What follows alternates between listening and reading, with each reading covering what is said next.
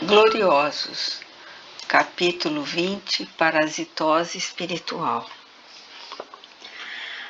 Tomando aspecto de verdadeira epidemia na atualidade, qual ocorreu em outras épocas da humanidade, a parasitose espiritual ou obsessão é mal terrível que aflige as criaturas, sobrecarregando-as de enfermidades de diagnose difícil e cura mais complexa. Em todo processo obsessivo, há sempre um quadro alarmante de sentimentos contraditórios entre os litigantes, que se atiram furibundos uns contra os outros, em pugna cruel caracterizada por objetivos soezes. Remanescente do primarismo animal que permanece no espírito, o ser que se sente ultrajado ou traído, desprezado ou dilapidado no seu patrimônio, investe contra aquele que considera seu adversário, infligindo-lhe tormentos consideráveis que podem terminar em verdadeiras tragédias.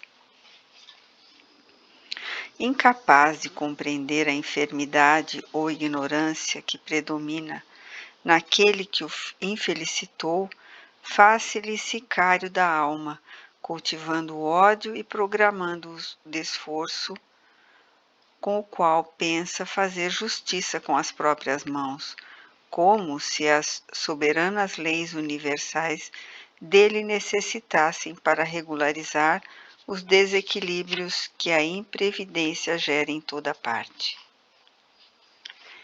Enceguecido pela loucura que o toma o impaciente, para logo vingar-se, não trepida em criar situações desagradáveis e tormentosas, iniciando o processo de vinculação psíquica, partindo para a hipnose dominadora e terminando na cruel parasitose vampirizadora.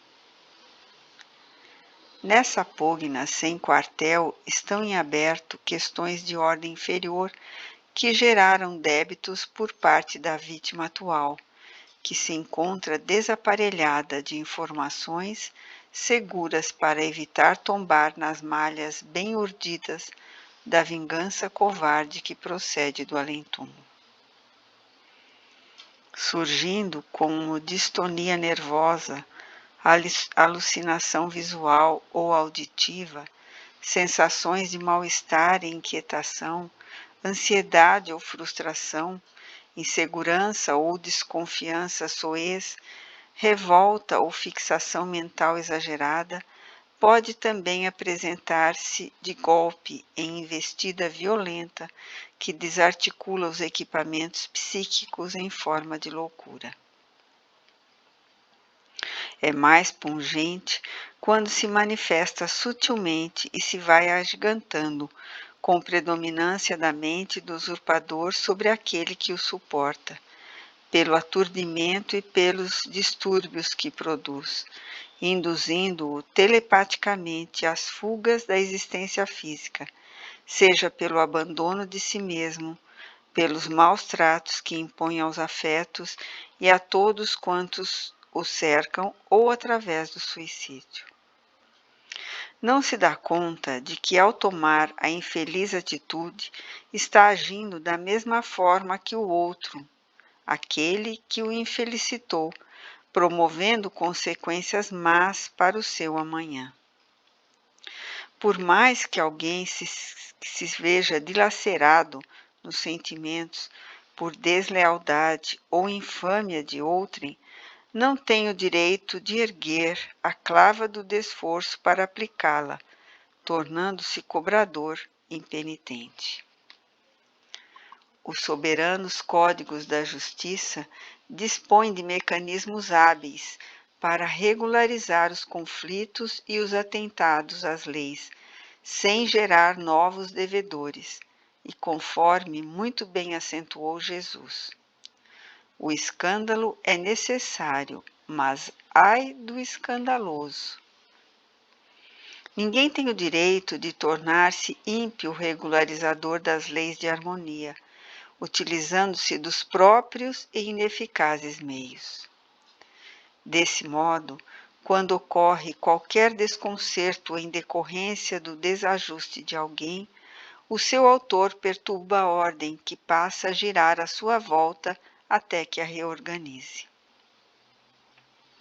A obsessão é, portanto, um estado de miserabilidade moral daquele que se transforma em verdugo do outro. Insidiosa e persistente, a ideia obsidente penetra naquele a quem vai dirigida, tornando-se insuportável presença no seu campo mental, na sua conduta emocional. Inicialmente é vaga, impressão que se assenhoreia pouco e pouco, passando a predominar como ideia viciosa, que se enraiza, estabelecendo malhas de desequilíbrio e alucinação. Em demorado curso, é somatizada, tornando-se enfermidade pertinaz e devastadora. A aceitação do fenômeno obsessivo somente se faz possível quando há perfeita sintonia entre o agente da perturbação e o paciente, em decorrência da consciência de culpa no indivíduo gerador do transtorno. Perseverando no seu íntimo malsão, o agressor insiste, minando as reservas de energia daquele a quem persegue até vencê-lo, quando então se instala a parasitose espiritual. Por intermédio do intercâmbio psíquico que se faz recíproco com o passar do tempo, o invasor da casa mental se torna vítima da própria trama, tornando-se dependente da vampirização que exerce. A partir desse momento, estabelece-se uma necessidade de nutrição que torna mais difícil o quadro de perturbação, exigindo cuidadosa terapia junto aos dois pacientes. A obsessão é cruel processo de restauração do equilíbrio daqueles que se não permitem progredir mediante as oportunidades excelentes do amor, tombando nas redes constritoras do ódio, do ressentimento, da necessidade de cobrança da paixão aselvajada.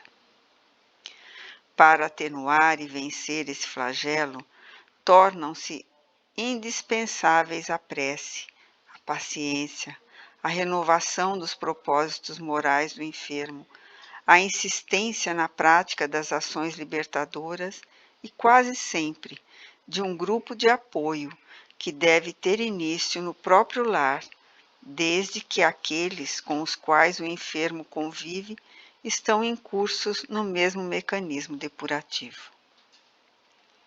Sentindo-se combatido, o parasita espiritual, que se compraz em perseguir, torna-se mais violento ou altera o programa de vingança, a fim de desanimar o doente encarnado, prosseguindo no desiderato que lhe satisfaz. Normalmente, a obsessão que se expressa através dos mecanismos mentais, telepatia, inspiração vexatória, desejo de prazeres anestesiantes, sentimentos inferiores, à medida que se encontra ressonância interior por parte de quem lhe sofre o assédio, estende-se ao organismo somático, dando lugar à instalação de enfermidades físicas ou de desajustes funcionais que se transformam em graves distúrbios. Ainda aí, o processo terapêutico deve obedecer às mesmas regras da eleição de leituras de harmonia pessoal e conversações saudáveis, mesmo que a sacrifício, a fim de que as vinculações cedam lugar ao auxílio superior que normalmente lhe é direcionado. É certo que, nos casos mais graves, fascinação e subjugação, seja mais difícil ao obsediado